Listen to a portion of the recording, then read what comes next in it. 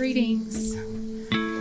Thank you for an opportunity to let my voice be heard in this space. My name is Kareemah Hanifa. I am an Atlanta native.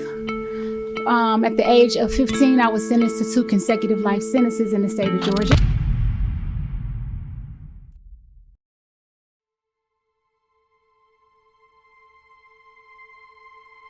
As far as I knew, my life was over. Life. I must have read that word a million times. The word rolled off my lips so many times it carried a taste with it. I studied the words on my sentencing papers. In my final disposition, it said, sentenced to prison for natural life. Even as a teenager, that word on the paper seemed to teach me the value of words. Days turned to nights, nights turned to months, months turned to years. But that word signed to that paper made the days seem transparent. Then one day, it all changed. Power of the pen is basically understanding you can change the projection of your life through journaling and affirmations. Prayer can be through journaling. 88888. In the state of Georgia, a person that's sentenced to a life sentence has 888 behind their sentence because the 8s represent infinity. I was warned that there are 2 things that happen to girls that run away.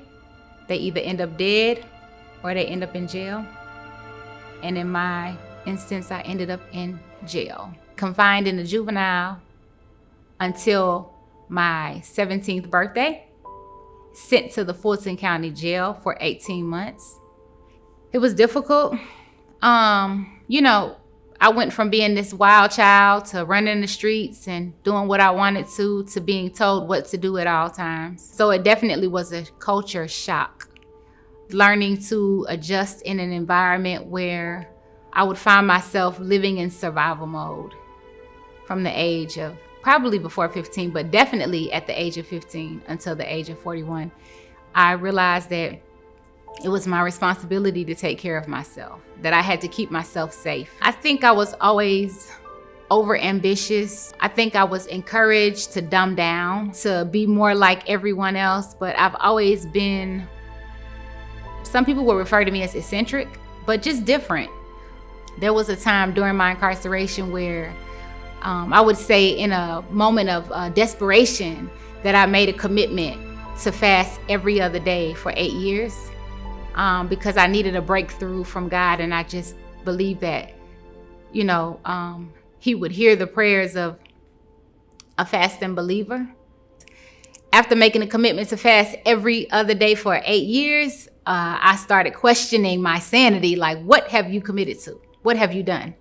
But I stuck with it. So I remember having to go see the counselor for my, quarterly review. And I remember going in and sitting down and, I've always been pretty positive, but always just in the back of my mind, it's like, you already know what they're going to tell you. So this is just like routine check-in. And so I remember going into the counselor's office and closing the door and sitting in that seat and her sitting behind the desk. And she and I just talking, and I remember her asking me clearly, she said to me, so what are you going to do when you get out? And I thought, what? Me? Get out? I ain't never getting out. And she said, yes, you are. And I said, no, I'm not. I have 2 life sentences.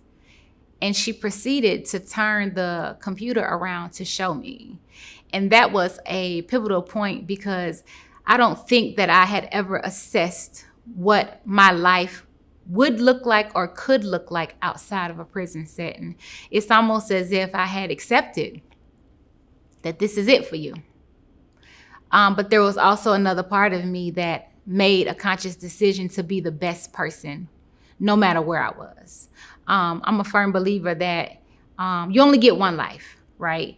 And so you don't get to say, oh, that's when I was this and that's when I was that. Like, it's all one continuum.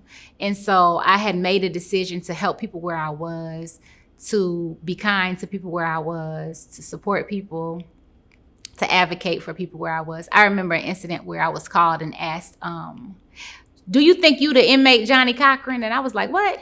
You out here helping people write grievances and filing lawsuits? And I'm like, I just told the lady that was against the law. Like, what's happening here? So I've always had a desire to help people.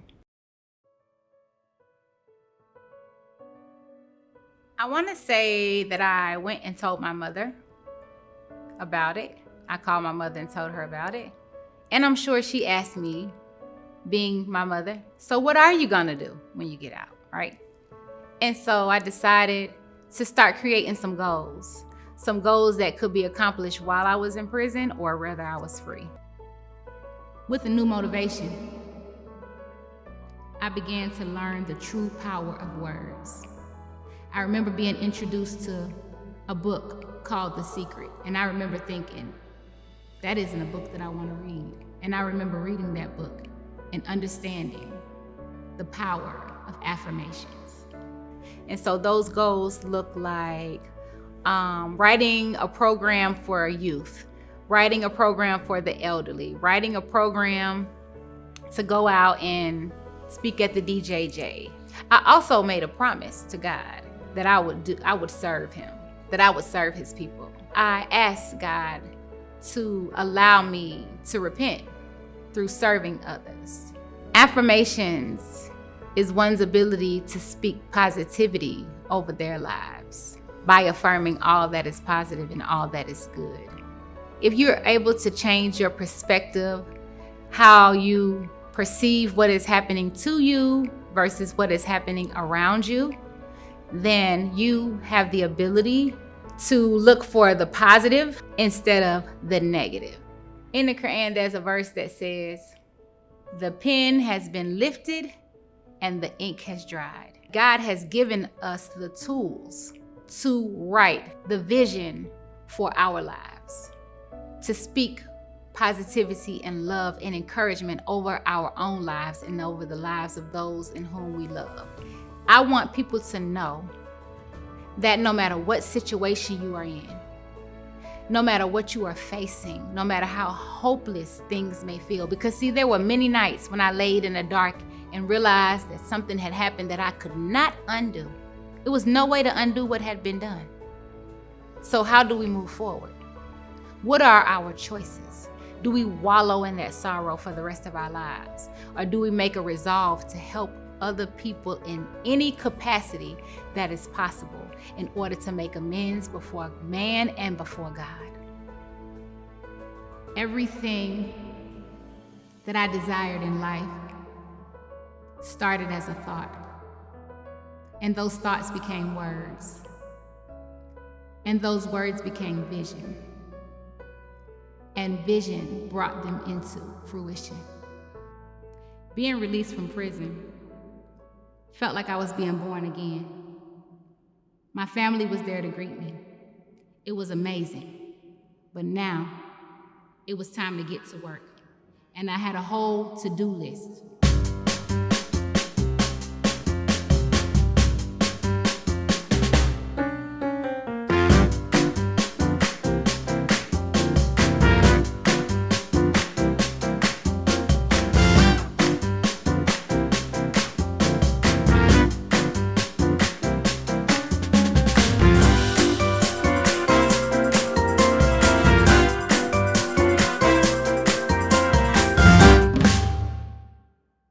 I had done wrong in my life, and I wanted to receive God's forgiveness and favor.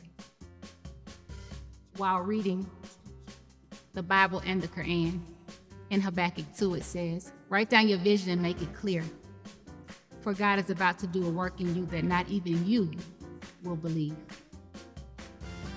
In the Quran, it talks about the pen, the power of the pen. And I made a resolve inside of my heart and my mind that if I could just save one young person, right, that I could not give back the life that was taken. But if I could create a stronger quality and quantity of life for someone else, if I could help somebody else, make their life easier and their life longer, then that was the bargain that I was willing to make in order to make things right before God. Every touch of this pen made me into the strong Black woman I am today. What could someone who had a felony conviction or someone that is directly impacted by the criminal justice system do with an associate's degree in psychology? Well, my associate's was in positive human development and social change. And I began to research. And what I came across was advocacy and ambassadorship.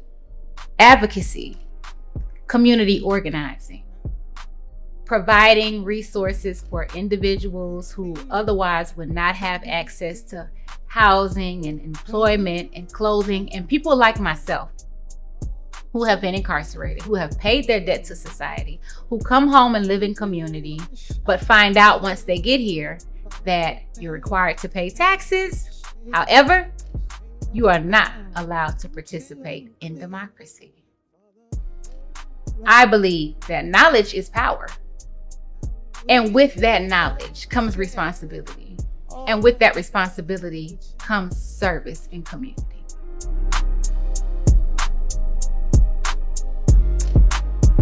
As we're trying to maneuver in life and figure things out, that what is most powerful is our ability to have thoughts and have ideas and place them on paper and understand that when we are persistent and when we are intentional, that our visions become real. Even in a place of despair and hopelessness, you can't stay there. You have to begin to change the way you view your life, the way you view your situation. Perception is everything. And once you change your perception, you're able to create a pathway for success. That can change the world, trapped inside an ordinary girl. And we don't know what the future will hold, but with good intentions, anything is possible. And something that I've always said and I've always shared with people is, when you are an exceptional person, people will make you the exception to the rule.